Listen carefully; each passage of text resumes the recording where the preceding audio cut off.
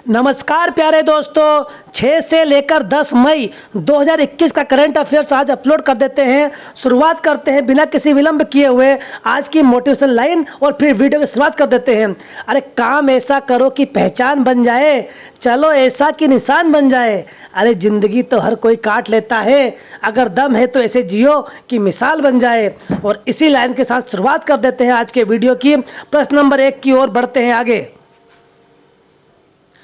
पहला प्रश्न, 8 मई को मनाया गया विश्व रेड क्रॉस दिवस। तो विश्व रेड क्रॉस दिवस प्रतिवर्ष 8 मई को मनाया जाता है।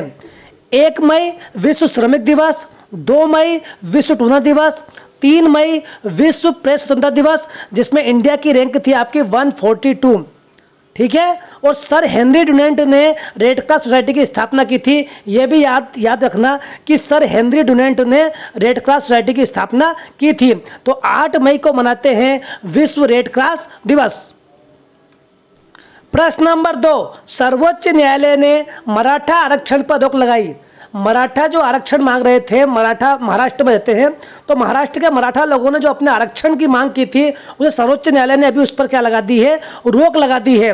ठीक है। तो यह बात ध्यान रखना। बात महाराष्ट्र की, तो महाराष्ट्र के मुख्यमंत्री है आपके उद्धव सिंह ठाकरे और गवर्नर है आपके भगत सिंह कोश्यारी।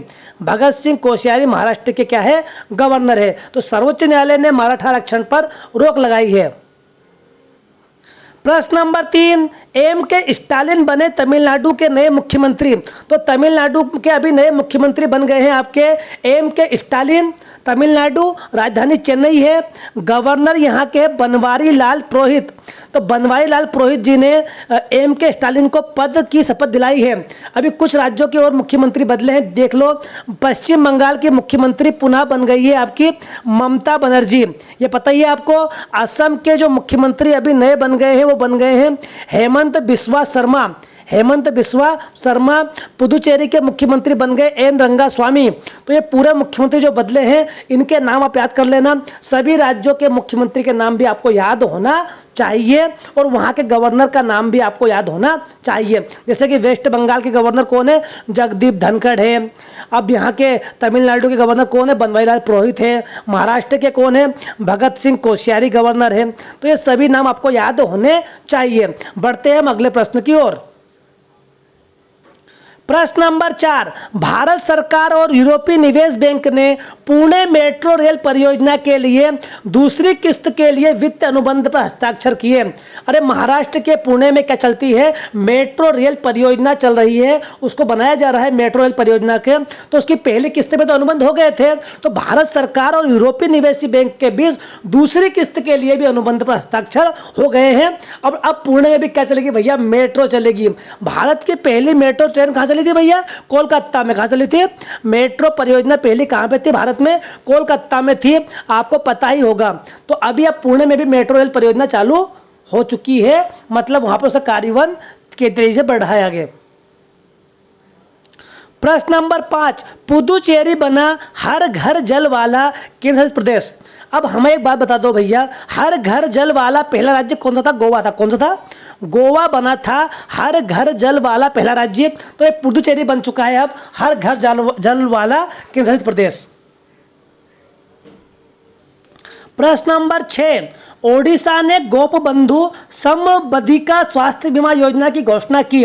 तो ओडिशा सरकार ने अपने पत्रकारों के लिए, किसके लिए, पत्रकारों के लिए 2 लाख का स्वास्थ्य बीमा कवर योजना की घोषणा की है कि हमारे पत्रकार कोरोना योद्धा है। जो पत्रकार है आपके सीमावर्ती पत्रकार, जो हमारे पत्रकार इतनी अच्छी रिपोर्ट देते हैं, तो ये कोरोना योद्धा है। तो पत्रकारों के लिए इन्होंने क्या किया है, 2 लाख का स्वास्थ्य बीमा कवर योजना गोपबंधु समबधिका स्वास्थ्य योजना के नाम से दिया है।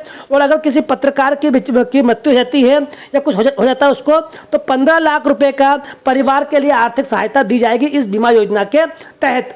बात ओडिशा की है, मुख्यमंत्री आपके नवीन पटनायक है और गवर्नर है उड़ीसा के गणेशी लाल जी। कौन है, गणेशी लाल गवर्नर है और नवीन पटनायक मुख्यमंत्री है। भीतरकनिका राष्ट्रीय उद्यान, सिंपीलाल राष्ट्रीय उद्यान, दोनों कहां के राष्ट्रीय उद्यान है, आपके उड़ीसा के राष्ट्रीय उद्यान है। ओडिसी यहाँ का नृत्य है, ये पता ही है आपको। चिल्का झील कहाँ पर है, मत भूलो, चिल्का झील भी उड़ीसा में है, जो भारत की पहली रामसर साइट थी। भारत की पहली रामसर साइट चिल्का झील, ये भी कहाँ पर है, उड़ीसा में ही तो है। कटक उड़ीसा कहाँ बसा हुआ है भैया, महानदी के तट पर। कटक उड़ीसा महानदी पर बसा हुआ है।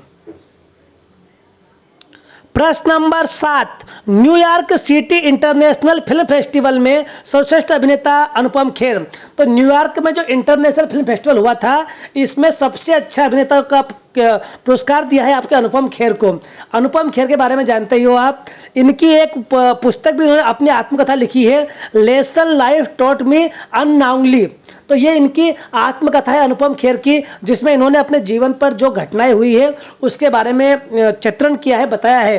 तो ये अनुपम खेर की वो है आत्मकथा है। प्रश्न नंबर 8, नेपाल के कामी रीता ने एवरेस्ट फतह कर बनाया रिकॉर्ड।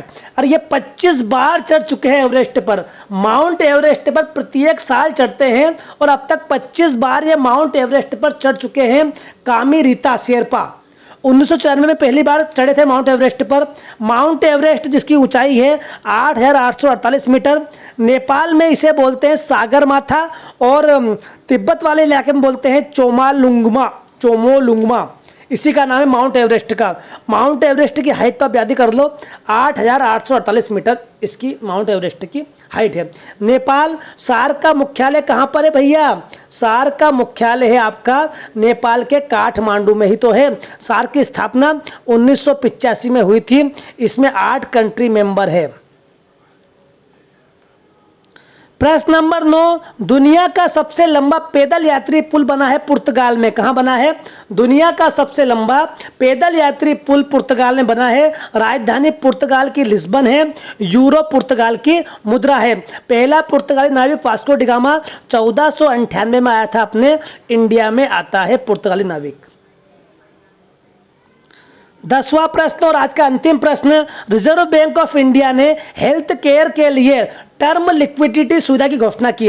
50,000 करोड़ रुपए की घोषणा की है इन्होंने। शक्तिकांत दास आरबीआई के गवर्नर है। इन्होंने कोरोना वैक्सीन वाली कंपनियों के लिए और जो कोरोना बीमारी के इलाज के लिए जिन्हें वो पैसे चाहिए, उनके लिए 50,000 करोड़ रुपए के टर्म लिक्विडिटी सुविधा की घोषणा की है हेल्थ केयर के लिए, कोविड हेल्थ केयर के लिए। आरबीआई स्थापना होती है 1 अप्रैल 1935 को। मुख्यालय आरबीआई का मुंबई है, लेकिन जब आरबीआई बनी थी तब इसका मुख्यालय कहां पर था, कोलकाता में। कहां पर था, कोलकाता में था। ठीक है, ध्यान रखना पूरी बातें। मिलते हैं अब अगले वीडियो में, तब तक के लिए जय हिंद जय भारत। अगर कुछ गलती हो जाए तो कृपया बता दिया करो, ताकि उसे अगले वीडियो में हम ठीक कर दिया करें, क्योंकि मैं भी तो आपकी तरह ही तैयारी कर रहा हूं। ठीक है, जय हिंद जय भारत। मिलते हैं अगले वीडियो में।